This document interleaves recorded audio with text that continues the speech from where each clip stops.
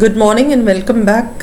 What we will today be focusing on is taking the customization of existing auto shapes to one more notch up. What you see here is a shape wherein all the four sides are looking different, but if you look at each side, they could be a petal from a flower.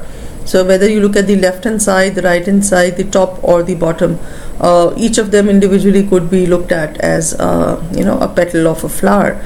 And this is what I have been able to come up with. Similarly, these are different kinds of leaves that I was able to create, and let's see how we can achieve this result from our existing auto shapes. One basic understanding is that creativity is the mother of earth, and therefore you need to be very creative when you work with trying to create visuals. What I would be using is the basic quad arrow. And this has four arrows built into the same thing, and I will press shift key and click and drag so that I get an equitable arrow in terms of aspect ratio, wherein the height and the width are the same, and therefore all four arrows are similar. Here you have these three handles, yellow handles, which I spoke earlier about, using which you can further format the shape as you want. So if suppose I want this particular shape to be my final, of course it comes with the hit and trial method. You could do this multiple times before you come to your perfect shape, and I say this is my final shape for this before I start doing my edits. So I right click and choose the edit point, and I suppose delete this point here, and I delete this point, and I smoothen this point, and further if I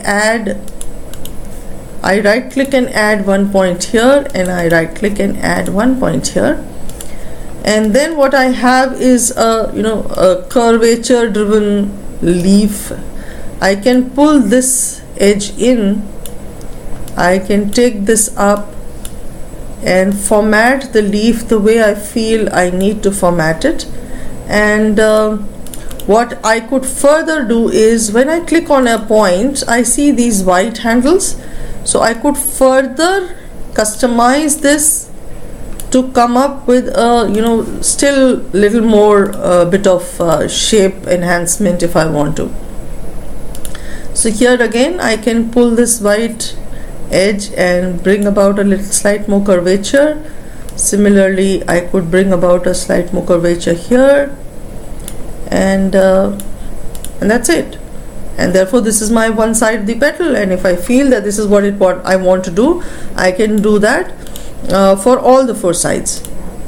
Now let me get you to look at some other variations, and suppose if I add another point here, and I add another point here, and when I start working with these edit points, suppose I say delete this point,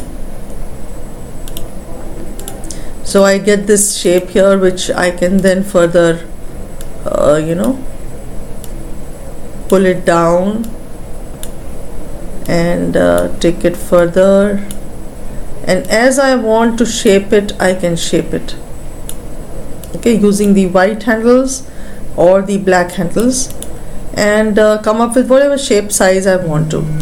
Similarly, what I can do is I can create variations in the format by choosing the format shape, and here is where I can again build a gradient. Now suppose I want to build the center as yellow, and then the next level is of orange, and I continue to a lighter vein, and I say I need the tips to be slightly white, and I can play with these sliders. I can add as many sliders as I want to, depending on what are the gradations I want to bring about in the color, and then I go to 3D format, and I can choose whichever option I think I need to have, and then I further work with it, and when I'm working in it, I realize that no, I think I should increase my yellow and accordingly change the gradations. So as you work with the shape and you work with various options, you can continue to change these variables or these parameters to come up with whatever effect that you want to bring about. And of course you can add the 3D rotation angle to it depending on how you want to set it up. And lo and behold, you have a very different looking shape from where you started with. Similarly, if I have this arrow, again what I can do is I can do an edit point. I can introduce a point here. I delete this point from here. I delete this point and I have this unique looking arrow now, which is not available in the Autoshapes option. And then I can further format it the way I want to and bring in the rotation, shadow and coloring as per my needs. So thank you. I hope I've been able to give you some more tricks on the Autoshapes edit points.